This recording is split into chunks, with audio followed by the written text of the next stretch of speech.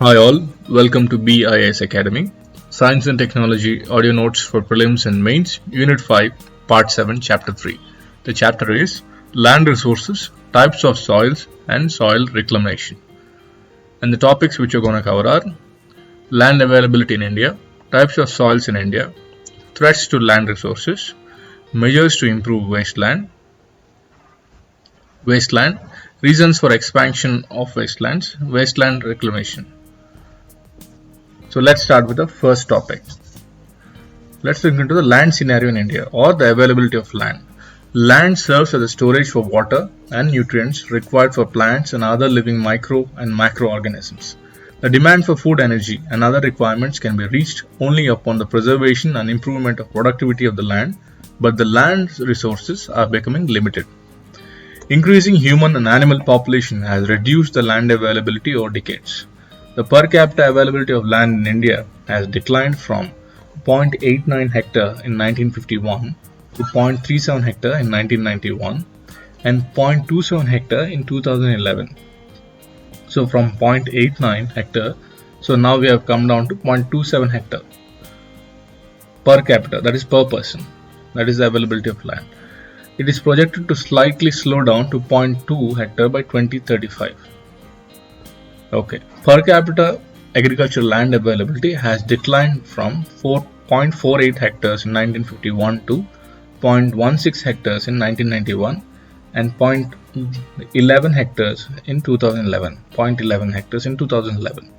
It is further projected to slightly slow down, reduce to 0.08 and 0.08 hectares by 2035.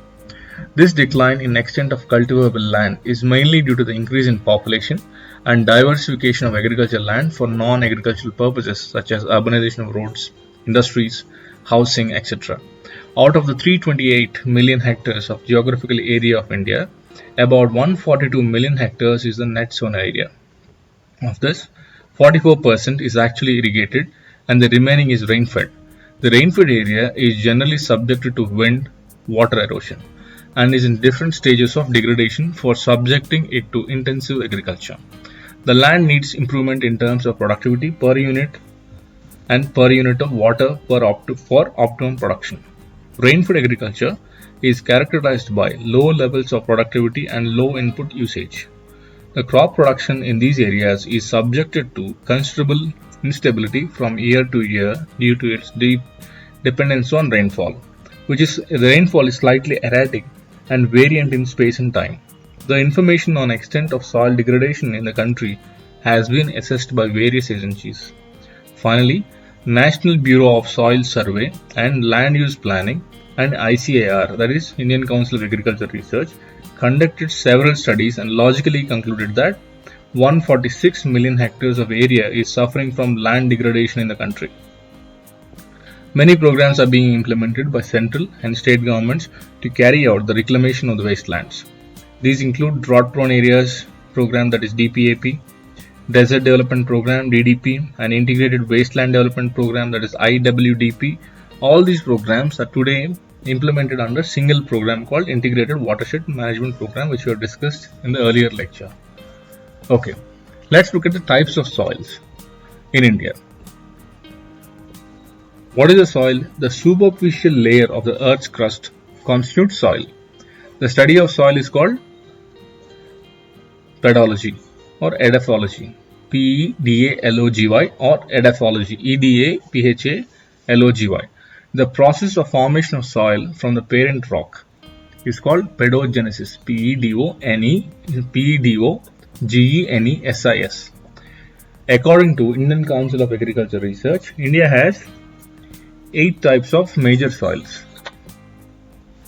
What are they? Black cotton soils, red soils, laterite soils, alluvial soils, forest soils, desert soils, alkaline and acidic soils, peat and marshy soils.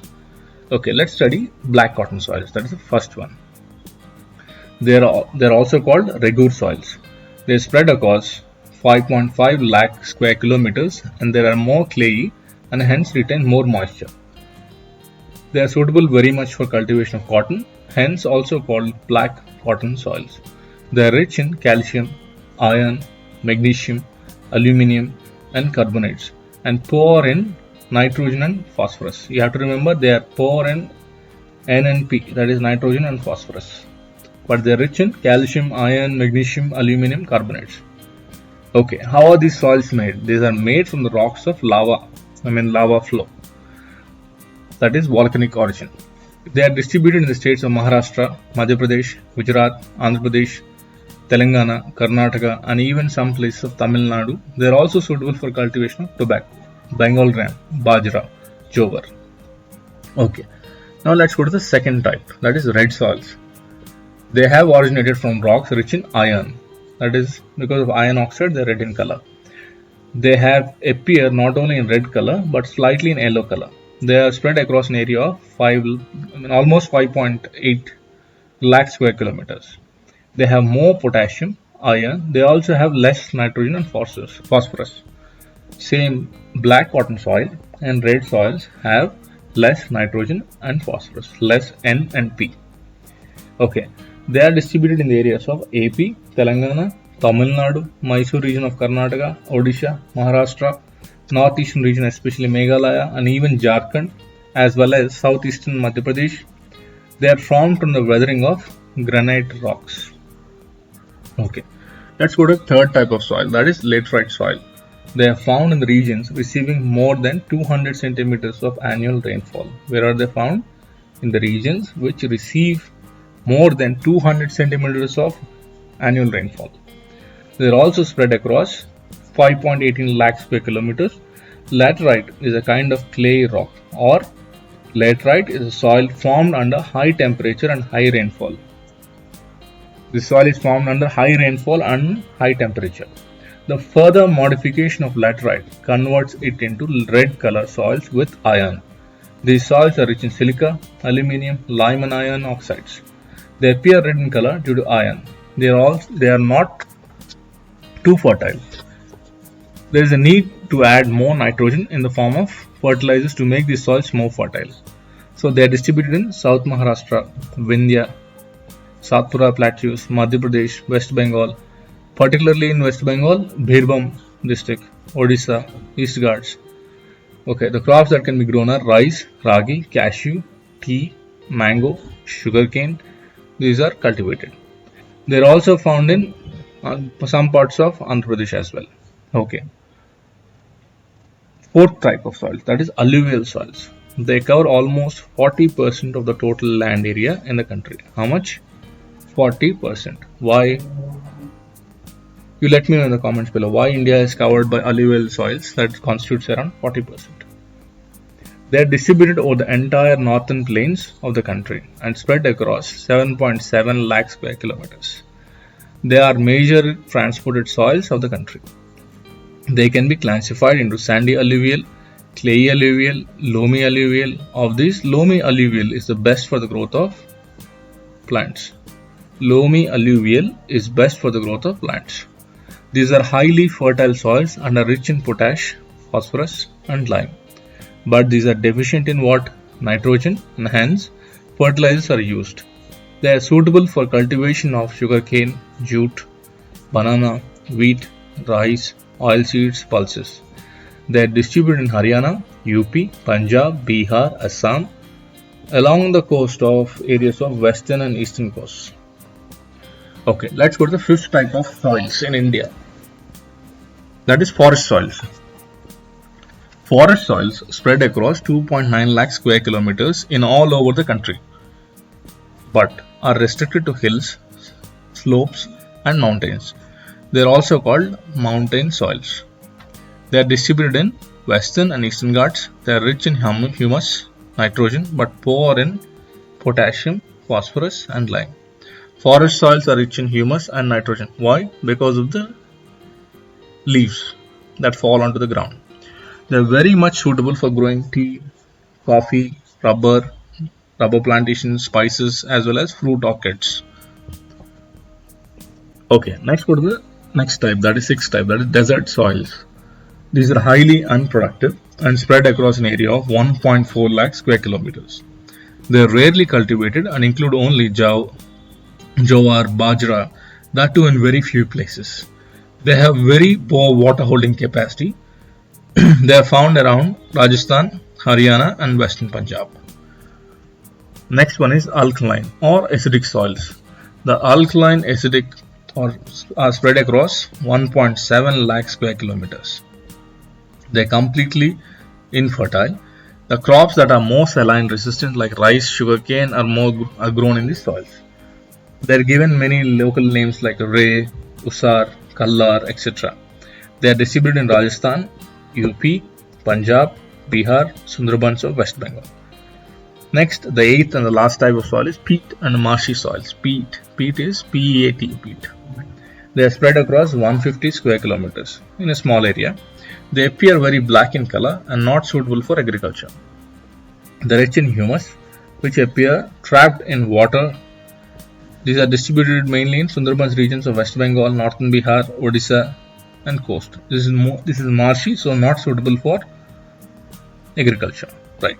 So we have discussed the 8 soil types, the classification given by ICAR, that is Indian Council of Agricultural Research, under which there are 8 soil types in India. That is, one is black cotton soil, second is red soil, black red, third is laterite, fourth is alluvial, laterite and alluvial, fifth is forest, sixth is desert soils, seventh alkaline or acidic, eighth is peat and marshy soils. How do you remember? Black red, laterite alluvial, forest desert, alkaline peat. Okay. Let's look at the next topic, that is various threats to land resources or soil resources in the country. Soil is a major natural resource that sustains life on planet Earth. This is further more significant for human civilization, especially after the emergence of agriculture. The intensive cultivation in the name of Green Revolution, as well as various developmental activities like mining, damming the well, as well as damming the rivers, irrigation land, destroyed the natural fertility of the soil. All these activities like mining, green revolution, building dams, they have destroyed the natural fertility of the soil. The human civilization need to continue and lead sustainable life with retaining the existing qualities of soil and reclaiming the degraded soils. Okay, what are the threats to land resources? Even though the Green Revolution has raised the agriculture output, at the same time also resulted in decreasing the soil's natural structure and fertility. Okay. Second one is excessive utilization of chemical fertilizers. It has made the soils either alkaline or acidic. Third threat to land resource is dumping excessive fertilizers denotes that losing soil microlife. On one hand, states like Punjab, Haryana, UP, Tamil Nadu, in which the intensified agriculture is carried out, the amount of chemical fertilizers used per hectare is about 240 kilograms. On the other hand, northeastern states consume less than 5 kilograms per hectare. This clearly shows the extent of damage to the soils in the areas of intensified agriculture. The fourth threat to land resource, that is excessive use of chemical pesticides. They also decrease the soil's microlife. Thereby, soil reduces the fertility of the soil. The climate change has also emerged a great threat to Indian soils and agriculture. Rise in sea level is increasing the soil salinity in the coastal areas. Even rapid rise in mean surface temperature is increasing the evaporation rate and decreasing the soil moisture, leading to further increase in soil salinity. Fifth threat to land resource. Rapid deforestation and overgrazing of cattle is leading to soil erosion by wind and water. This has been clearly observed in the states of Madhya Pradesh, Odisha, Northern AP, northeastern states like Assam. These factors in association with shifting cultivation are leading to increase in the extent of wastelands. Sixth threat to land resources. The use of agricultural lands for non-agricultural purposes is one of the major emerging threats to land resources of the country. The important non-agricultural uses include industries, mining, urbanization, infrastructure development. Seventh threat to land resources. The improper functioning of canal irrigation has led to continuous seepage of water into the adjacent agricultural lands, leading to their waterlogging. This problem was clearly witnessed in Indira Gandhi Canal area. Eighth threat to land resource. The soil's resources in urban areas are threatened with dumping of huge amounts of both hazardous and non-hazardous solid waste, thereby increasing the toxicity of the soils. Okay, now let's look at the measures to improve the land resources. First one, sustainable agriculture with adoption of biopesticides and biofertilizers should be encouraged and expand at a faster rate throughout the country. Second measure, to improve the land resources. Farmers can be trained in using effective methods for traditional farming that involves inputs like locally available manure and subsidized biofertilizers. Third measure, climate resilient agriculture based on methods of subsistence farming can prevent the degradation of soil and raise the farm level income. Example, Deccan Development Society of Hyderabad has succeeded in making 60 and above villages in Medak to adopt methods of growing crops completely based on supporting capacity of the soil. Okay, the fourth measure to improve the land resources. Transgenics that helps in creating salinity and drought resistant varieties, that is GMO crops. Fifth one, political commitment for preventing land from non-agricultural purposes is very much needed. Sixth, there is a need for Land Acquisition Act to spare off agriculturally fertile lands. Seventh measure, expanding the watershed approach to rainfed areas ensures sustainability and thereby production to land and vegetation resources. These are the measures to improve the land resources in the country. Now let's move on to wasteland and then wasteland availability in the country. According to the Technical Task Group report of National Wasteland Development Board, wasteland is defined as a currently unavailable land which is degraded by various causes. An unavailable land which is degraded by various causes is called wasteland.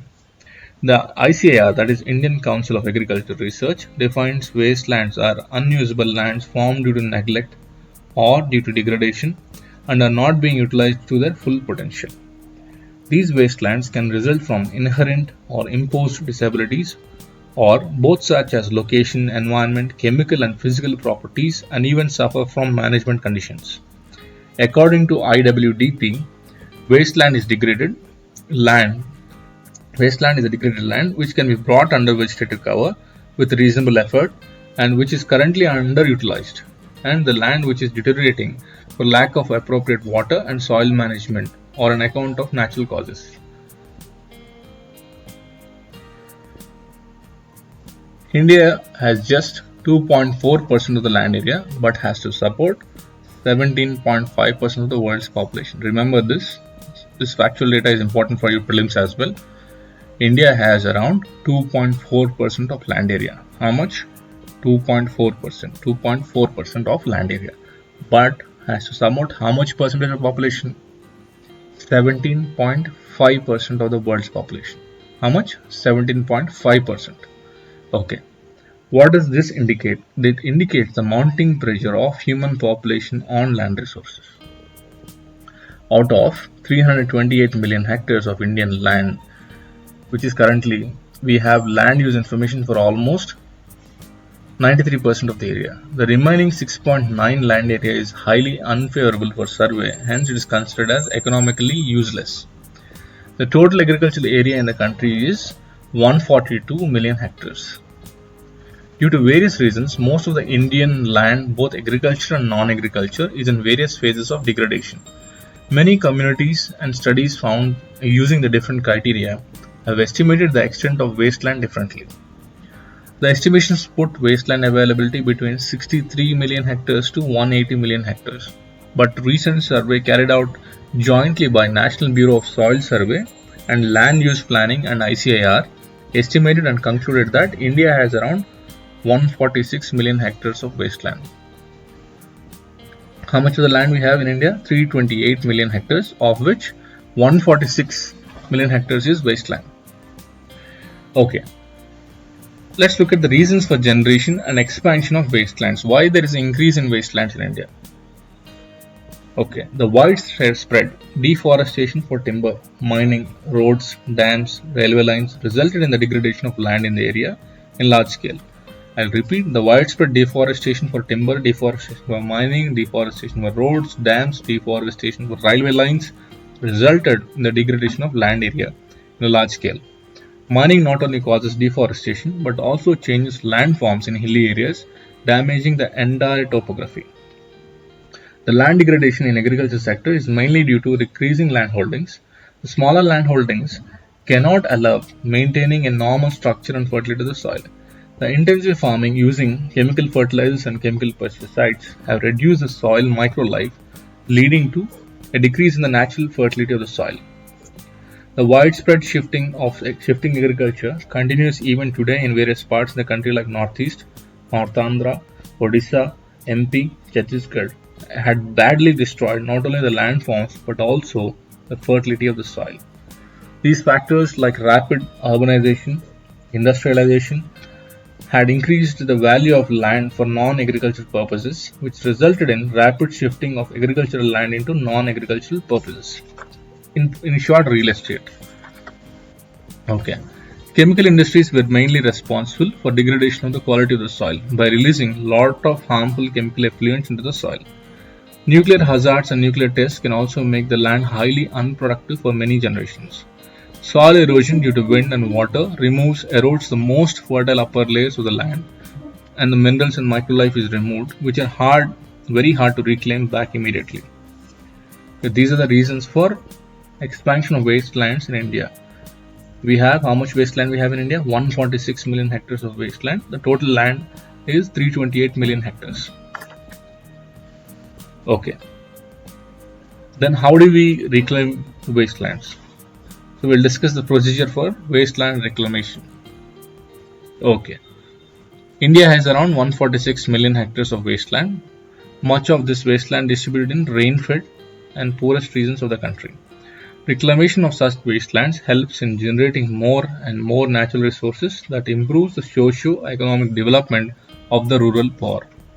Wasteland reclamation in the country is carried out based on the common guidelines for watershed development. The process of wasteland reclamation involves following steps.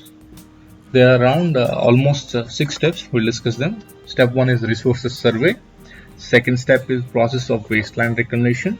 Third is increasing the fertility of the soil. Fourth is development of forests. Fifth step is water conservation. Sixth step is sustainability. Okay, let's look at the step 1 of wasteland reclamation. Step 1 is resources survey. This is the most important part of the wasteland reclamation, and it involves collection of information on rainfall pattern, surface temperatures, wind speed, and other meteorological information. Collection of topographic information especially should also involve the collection of information on land use pattern for the last decade. The resources survey includes the conditions of soil erosion and the level of forest degradation, and it assesses the level of forest degradation as well. Soil characteristics are also assessed to know the soil conditions in terms of structure, chemical components, and soil microlife. That is the step 1 of resources survey. Let's look at step 2. So that is process of wasteland reclamation. The process of wasteland reclamation is the process of turning barren, sterile wastelands into something which are fertile and is suitable for habitation and cultivation, and to make the soil fertile by preventing soil erosion and conserving moisture as well. Reclamation process completely depends on the type of the land. Using traditional methods to improve the moisture content of the soil helps immediately in raising trees. Soil moisture can be improved by contour bunding, terracing. Contour bunding involves outlining the slopy region for planting trees.